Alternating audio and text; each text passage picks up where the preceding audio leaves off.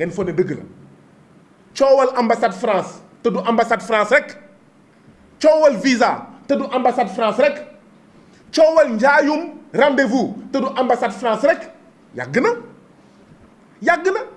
dafa métti ba fàttaliku leen am na ay député yoo xam ne dañ doon def ay deal ñu jàpp leen tëj leen kaso ba tey seeni victime kenn fayu leen seen xaalis ndaxte jigéen yooyu dañoo joxe woon seen xaalis ñii 1 million ñii seen natt ñii nangam million 2 millions 3 millions 5 millions député yooyu naan ñii di ut visa seeni jabar lañu te du dëgg pour ñu amal leen visa wala leneen am na wala amul kon assemblée nationale yëg na ko fan ngeen mës a dégg depuis 2 ans assemblée nationale ne day taxawal commission d'enquête parlementaire ci lii nga xam ne amul benn dëkk bu mu laalu amul benn famille bu amul jafe-jafe pour am visa wala pour am rendez-vous ngeen foog ne dëgg la ñun daal ñun député yi am nañ passeport diplomatique suñu yoon newul ci yeneen sénégalais yi ni ñuy def pour am visa ni ñuy def pour am rendez-vous ngeen foog ne dëgg la lii moo tax ñu fal ñu lii moo tax ñu jox ñu passeport diplomatique quelle honte quel gàcce assemblée nationale lii waruloon nekk taxawaayam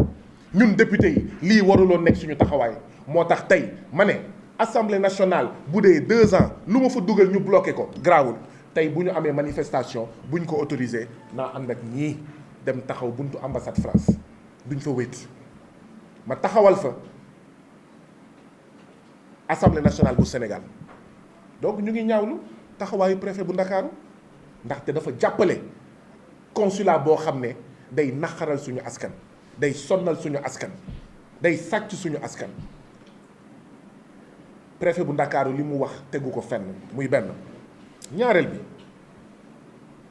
dama leen di jox benn misaal rek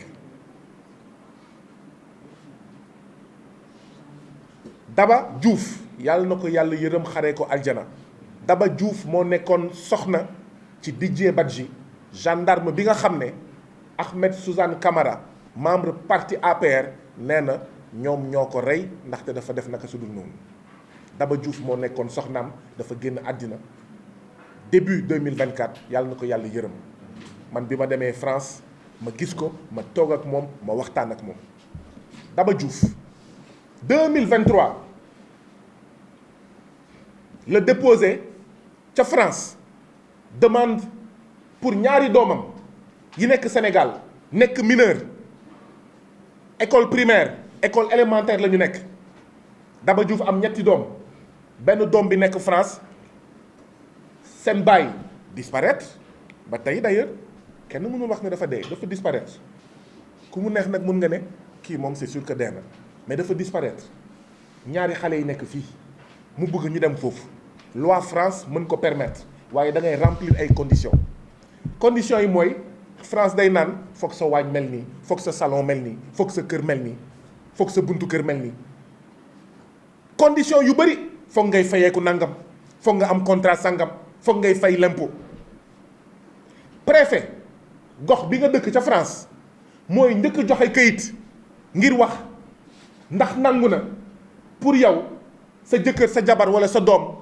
ñëw fekk ci la France préfet bu France mooy njëkk wax loolu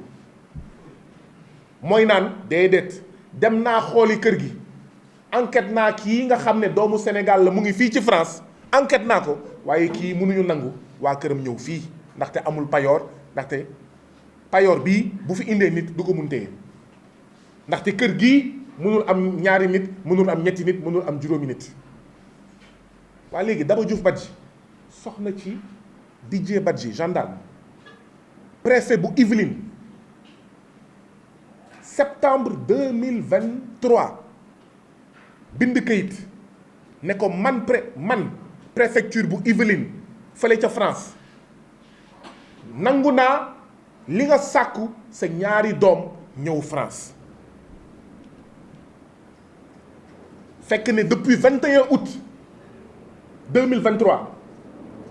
ñaari passeport ñaari doomu Daba Diouf ak Didier Badji mu ngi ambassade France août 2023 septembre 2023 préfecture bu Yvelines bind Daba Diouf ne ko say ñaari doom mën na ñëw à condition que ñu am visa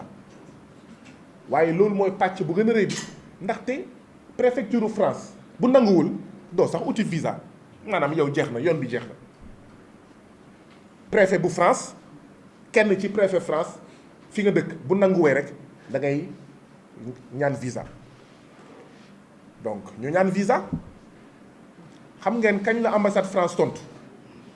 ci passeport yoo xam ne mu ngi consulat France doomu Didier Badji depuis 21 août 2023 mu ngi tontu bu dee juumuma le 16 août 2024 maanaam at fukki weer ak ñaar ba pare ambassade France naan li tax mënuma leen may visa mooy préfet bu Yvelines nee na nanguwul fekk ne ñun am nañ këyit préfet bu Yvelines lu tax may nettali loolu c'est pour dire que ñu bari ci ñiy toog fii ak ñeneen ñi fi toogul consulat France noonu la leen fenalee noonu la leen bañalee visa ci loo xam ne ay kàcc kase la donc consulat France ambassade France dañuy fen te li tax may insister ci kàcc ak fen boobu mooy France moo wax ne moom mooy le pays des droits de l'homme France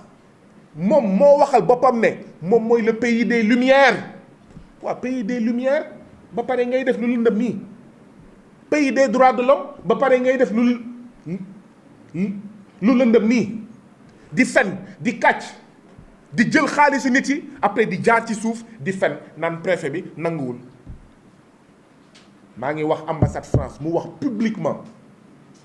moo tax ma wax ko dama koy waxaat l'ambassade de France le consulat de France à Dakar a été pris en flagrant délit de mensonge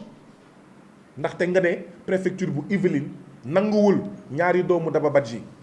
Diouf Badji ñëw fekk ne ñun am nañ lettre préfecture des Yvelines bu jox accord avis favorable ñaata yoon la ko consul de France à Dakar def ñaata nit ñi fi nekk ak ñi fi nekkul la ko def tas ay sëy tas ay famille bëgg gis sa jëkkër mënoo ko gis bëgg gis sa jabar mënoo ko gis bëgg gis say waajur mënoo leen gis or regroupement familial c'est un droit la du faveur de du saraxu de amul ay France dama bëgg a yow nga sarax ma dama bëgg a dem fekki sama jabar wala samay xawma wala sama jabar wala sama jëkkër wala samay waajur déedéet du sarax droit la l'essentiel mooy conditions yi nga remplir ko kayit yi leer dañu waxante dëgg am na ay sénégalais yuy jaar ci regroupement familial pour dem France te fekk ne man mii nekk France nekkuma seen jëkkër nekkuma seen jabar nekkuma say waajur waxtaan tamit wax dëgg ci la waaw am na ay trafic de visa yuy jaar foofu ñaari député APR yooyu ñu jàppoon ba tëj leen kaso lu ñu doon wax leen wax jigéen ñi kaay leen jox leen ma 3 millions 5 millions comme ça ma wax ne sama jabar ngeen parce que jamono jooju jabaru député mën na am automatiquement passeport diplomatique waxtaan tamit wax dëgg ci la ñun itam war nañ xoolaat suñu bopp député yooyu ni ñuy defee trafic de visa di jël ay jigéen di uti ay faux certificat de mariage pour ne samay jabar lañu dem déposer ministère des affaires étrangères passeport diplomatique dañ doon jaay passeport diplomatique yi comme ça duñu ut visa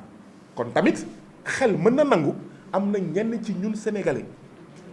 yuy mbëbboo regroupement familial fekk ku ñuy seeti du seen jëkkër du seen jabar du seen waajur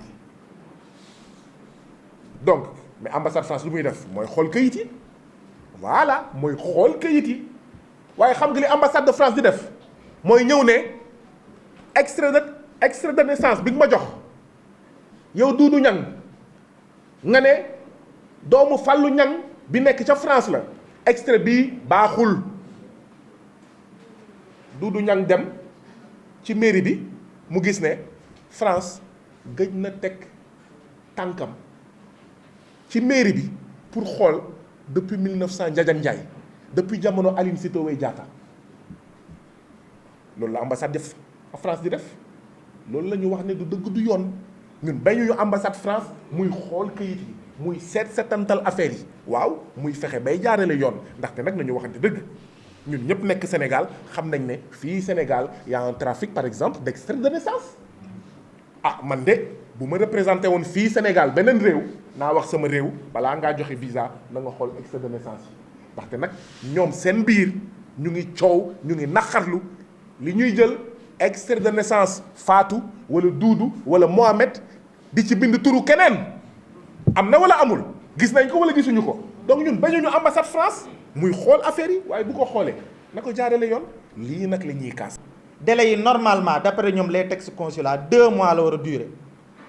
2 mois boo xam ne mën nañ ko renouvelable mais bu ñu koy renouveler ñoom dañ la war a notifier que ñoo ngi vérifier say kayit mais vérification bi dafa jël temps yokkaat nañ ci 2 mois muy 4 mois mais dans la réalité demande yi day def plus de 10 mois plus ñoo xam ne plus d'1 an dañuy toog di xaar dañuy toog di xaar seen passeport ñi téye ko récemment la ñu commencé di déliveraat ay passeport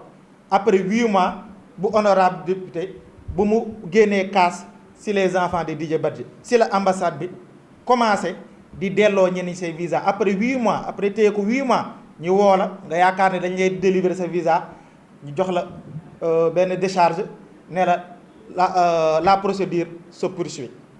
donc loolu yëpp indi na ay situation familiale yi très très difficile